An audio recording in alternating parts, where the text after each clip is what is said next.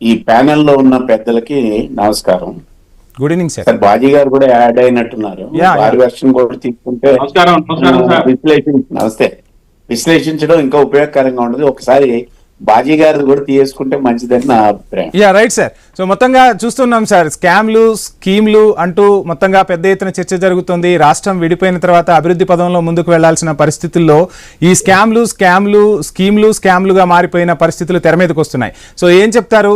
మొత్తంగా అధికార ప్రతిపక్షాల మధ్య ఒక పెద్ద యుద్ధమే నడుస్తుంది.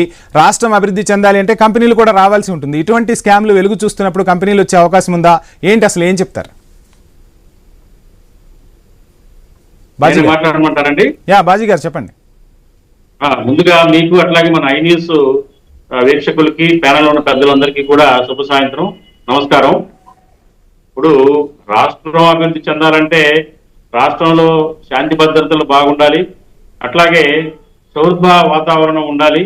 ఈ రాష్ట్రంలో ఏదన్నా కంపెనీలు పెట్టినా పరిశ్రమలు పెట్టినా కానీ లాభసాటిగా వ్యాపారం జరుగుతుంది. అట్లాగే ప్రభుత్వాల నుంచి మంచి సహకారం వస్తుందనే నమ్మకం కలిగితేనే పరిశ్రమలు కానివ్వండి, సంస్థలు కానివ్వండి వాళ్ళు ఇన్వెస్ట్ చేయడానికి వస్తారనేది నిస్సందేహంగా చెప్పొచ్చు.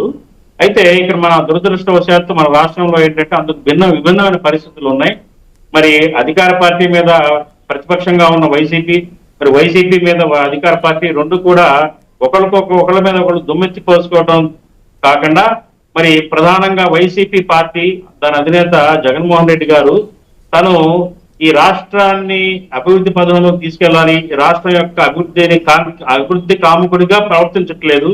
ఆయన మరి రాష్ట్రంలో శాంతి భద్రతలు లేవు, పరిపాలన విఫలం అవబోతుంది, చంద్రబాబు నాయుడు గారు నిరంకుశంగా పరిపాలిస్తా ఉన్నారు అనే ఒక మెసేజ్ ని ప్రపంచానికి తెలియజేసే కోణంలోనే ఆయన వర్క్ చేస్తున్నారు తప్ప రాష్ట్రాన్ని అభివృద్ధి కోసం అయితే అర్థమవుతుంది. ఆయన పరిపాలనలో ఎటు పరిశ్రమలు రాలేదు, అట్లాగే కంపెనీలు రాలేదు, ఉన్న పరిశ్రమలను కూడా మరి పెట్టలేక. బాజీ గారు లిక్కర్ స్కామ్ ని ఎలా చూస్తున్నారు? మీ కాంగ్రెస్ వర్షన్ ఏంటి అసలు లిక్కర్ స్కామ్ కి సంబంధించి? నేపథ్యంలో జగన్మోహన్ రెడ్డి గారు అది లిక్కరు తన 5 ఏళ్ల పరిపాలనలో ఆయన ప్రజలకి ముఖ్యంగా మహిళలకి ఏం హామీ ఇచ్చారండి? లిక్కరు పూర్తిగా నిషేధిస్తాము, దశల వారీగా దాన్ని అమలు చేస్తాము అని హామీ ఇచ్చి మహిళలందరూ కూడా మరి చాలా సంతోషపడ్డారు. నిజంగా జగన్మోహన్ రెడ్డి గారు మరి ఒక అభ్యుదయ భావజాలంతో ఈ లెక్కను తీసేస్తారేమో, మా భర్తలు అందులో ముఖ్యంగా పేదలు, నిరుపేదలు, కాయకష్టం చేసుకునే వాళ్ళు ఈ లిక్కరు పోతుందేమో రాష్ట్రం నుంచి, మేము సంతోషంగా ఉండొచ్చేమో అని ఆశించారు. దానికి భిన్నంగా ఆయన లిక్కరు స్కీమ్ ని స్కామ్ చేయడానికి అనుకూలంగా డిజైన్ చేశారు.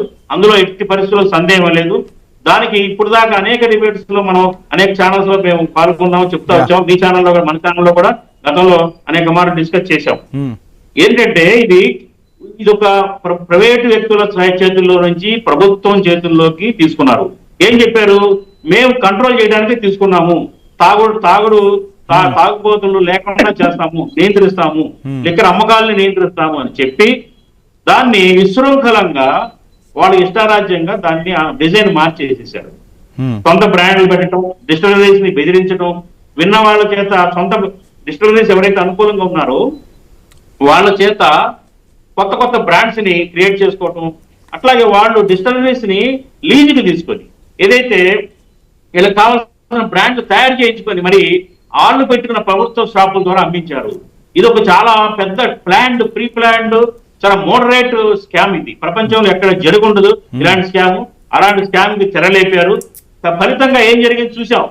ఇప్పుడు 3,500 కోట్ల రూపాయల కుంభకోణం జరిగిందని పెట్టిన కేసే కాదండి, దానికి మించి దాదాపు 1,00,000 కోట్ల రూపాయలకు పైగా అవినీతి జరిగింది. దీంట్లో ఎలా జరిగిందో కూడా నేను చెప్తాను. డిస్టిలరీస్ లో ఏదైతే వీళ్ళు ప్రొడక్షన్ చేసి తయారు చేసిన సరుకు ఆ క్వాంటిటీస్ కి ఏదైతే షాప్స్ కి పంపబడిన క్వాంటిటీస్ లో చాలా వ్యత్యాసం ఉంది.